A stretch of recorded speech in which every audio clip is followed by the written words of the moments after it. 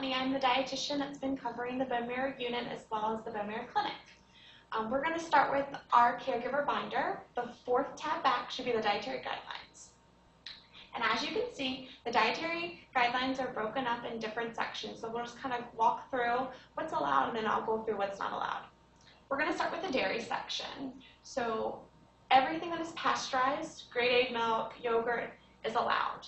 The only thing that we are concerned about after transplant is lactose intolerance. So you might have some problems with digesting milk. At this time, we'll suggest just to go ahead and start with lactate-free milk, soy milk, almond milk, coconut milk, kind of going there first, and then we'll slowly digest and get back into using regular milk. Some patients do not have any problems digesting milk at all. Any commercial packaged cheese is allowed as long as it's mild, medium, cheddar, mozzarella, Parmesan, or Swiss. The moldier cheeses such as brie, blue cheese are not allowed at this time just because of the bacteria levels. Like I said, pasteurized yogurt's allowed. Any frozen pasteurized products allowed. Ice cream, frozen yogurt, sherbet, anything from the frozen section in the grocery store would be allowed. The things that would not be allowed would be soft-served ice cream or yogurt from outside of the home. They carry a lot of different bacteria. We'll continue to move on, and we'll go ahead and go to the meat and meat substitutes. Here, the big important note is to make sure everything is well cooked. So anything with pork, lamb, chicken, fish, all of that would be allowed as long as there's no pink in the middle and it's well cooked. We would like to get the internal temperature for meat up to 165 degrees, and for poultry, we like 180. If you're reheating meat after you cooked it, we would like to be 160. Eggs are allowed, anything with egg beaters, all of that would be allowed as well. For deli meats, we would like you to stay away from the deli section where you can actually go and slice your own from the deli. We want you to stay closer to the prepackaged meats. And for those meats, before you're allowed to give it to your patient, we would like it to heat to steam it in the microwave. Normally this takes about 15 to 20 seconds. You can also let it cool down. You have about a 2-hour window to eat that sandwich. Again, the big thing for this is just nothing that's undercooked or raw products are allowed. So no sushi, nothing along those lines. Okay, we'll move on to soups. So all soups are allowed. Canned soups from the grocery store, you can cook your own if you would like. Just make sure they're heated up and steaming when you serve them. The only thing that's not allowed is the miso soup, which is a traditional Japanese soup, which does have raw products in it. If you're going to cook casseroles, soups, the big thing is to make sure if you cook it, it can only be in the fridge for 2 days. So about 48 hours for your patient for it to be safe. After that time period, it would be recommended to either toss it or freeze it. And if you freeze those items, you can keep it up to 6 months. We'll keep moving on to the fruits and nuts section. So all canned, all frozen fruits, all pasteurized fruit juices, which is most everything you would get in the grocery store. So those naked drinks are allowed. We do allow raw fruit as long as it's been well washed. So just making sure you wash every raw fruit that you would serve your patient. Even bananas, melons, apples, we would like for all of those to be well washed and then peeled as well. I've always had the question and concerned about berries since they're harder to wash.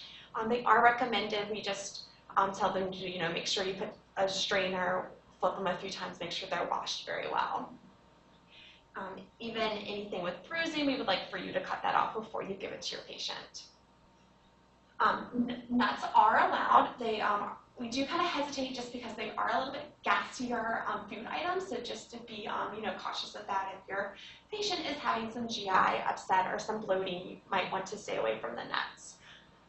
Nuts that have to be cooked and unshelled are allowed. So peanuts that have been salted, roasted, those are allowed as long as they've been unshelled. Same with cashews, almonds as well, making sure those aren't raw.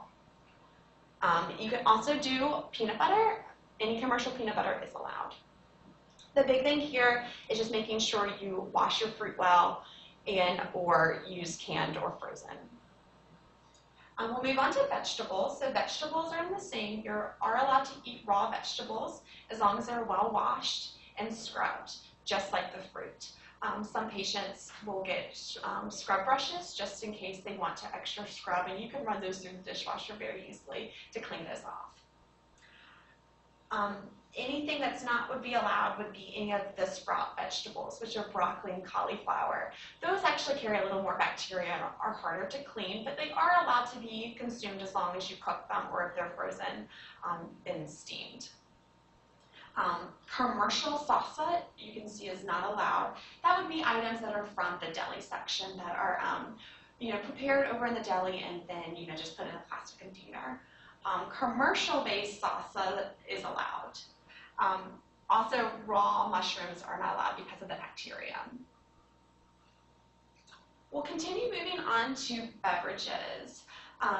If you are going to be going to a home that has well water, please refer back to pages 43 to 45 in your manual, which is right behind the dietary guidelines.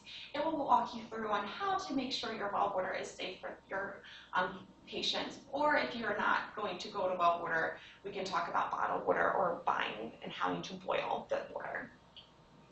Any city facility you're going to, any tap water you get from the city is all been tested. Every few years they have to retest, so you do not have to be concerned about that. Like it says, any commercial beverage that has been sealed is allowed. So any water beverage, spring water is allowed. By the time it gets packaged and processed, it does not have any of those minerals that would harm your patient. The big thing here is your patient will only be consuming items that are decaffeinated. So no caffeinated beverages are allowed at this time. So sodas, teas, coffee, anything along those lines, all must be decaffed.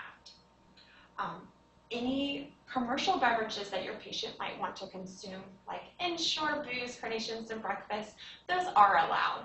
Just be on the caution if your patient's starting to have some GI upset, it might be related to one of those. Again, the big one here is just no caffeinated beverages, no alcohol, as well as no fermented tea that would be sitting outside.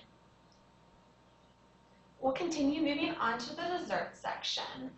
Desserts are kind of one of those that most everything is allowed. So anything that's refrigerated, commercial, homemade cakes, pies, cookies, those are allowed. Anything you would get from a bakery outside the home would not be allowed as the restaurant until your doctors do deem you safe to actually leave and go eat those items. Anything from the bakery section in the grocery store is also not allowed just because someone else has been handling it and we're not sure the food safety along those. So the big thing is if anything is processed, it's allowed, or homemade would be perfectly fine as long as it has no raw product in it. So like you see, anything, cakes, Twinkies, ding-dongs, Pop-Tarts, anything along those lines are allowed. Chocolate is allowed. It has a little bit of caffeine, not enough to affect your patient. So you are allowed to have chocolate at this time. Like it says, popsicles, ice pops, yogurt pops, all that stuff is allowed. The big thing is anything that's that would be having from outside the grocery store or something that is outside of the home would not be allowed in this section. Okay, we'll continue moving on to breads and grains and cereals. All breads, all grains, all hot and cold cereals are allowed at this time. The only thing we don't recommend is anything that would be made in the deli section, of course. So the breads that are, just packaged in the wrapping, that would not be allowed. Any commercial bread that's inside the grocery store would be allowed. So anything that you buy there would be fine. Again, chips, corn chips, anything like that, pretzels are all fine, saltines, Ritz, hot and cold cereals are all recommended. Just again, nothing from the deli section or anything in a bakery that someone would make. Anything else would be perfectly fine. So the big one here is just raw grain products and anything made outside of the home.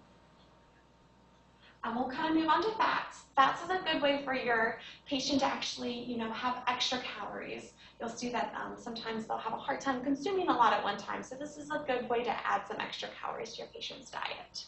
You can see oils, shortenings, lard, butter, margarine, all of those are perfectly allowed. Gravy, sauces, these are good ways to actually add, extra moisture to the food. So this might be helpful if your patient's going through a lot of dry mouth. The thing that's really not allowed is anything fresh salad dressings that would be made over in the deli section again. Any commercial salad dressings, such as like Wishbone, anything along those lines, Heinz, those are all perfectly fine because they've been processed. And this is also a good way to get around if your patient likes blue cheese or the cheesier items that have a little bit more flavor that wouldn't be allowed to eat them raw. This would be a good way to actually incorporate them because they can have those salad dressings that are made with blue cheese because they've been processed. We can kind of continue moving on to fats. Anything that's shelf-stable, so mayonnaise, mustard, ketchup, barbecue sauce, all of that is allowed. Once it's open, it is recommended to refrigerate it. And then I would follow the guidelines of the expiration date on these items, and then if it's expired, just toss it and start over. So some patients, before their patients get home, the caregivers will actually go through the fridge and just kind of take a look at all those condiments just to see which one is still in date and which one needs to be thrown out and buy some new.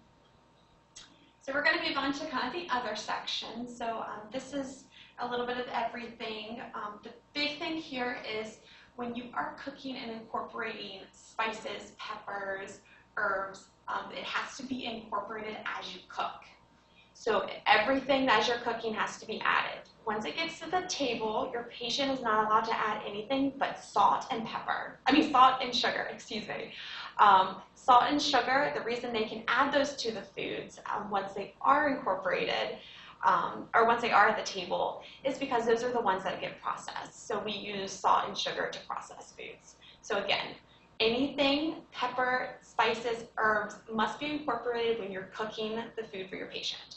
Once it sits on the table, only salt and sugar are allowed to be added. So that can be brown sugar, raw sugar, anything along those lines are fine. Jams, jellies, syrup, anything like that are allowed to, your patient is allowed to consume. Honey is allowed as long as it's been commercialed or processed. It cannot come straight from the farmer. It cannot have anything that hasn't been pasteurized. So just be aware of that. But everything in the grocery store should be safe for your patient. Again, we've already touched on this, but ketchup, mustard, any condiments are allowed. Candy, gum, all of that is also allowed. So if you guys have any questions or concerns, I will always be in the hospital. I am always happy to talk to you again if you have any further questions that you would like to go over with me, and I'm also available to see you in clinic.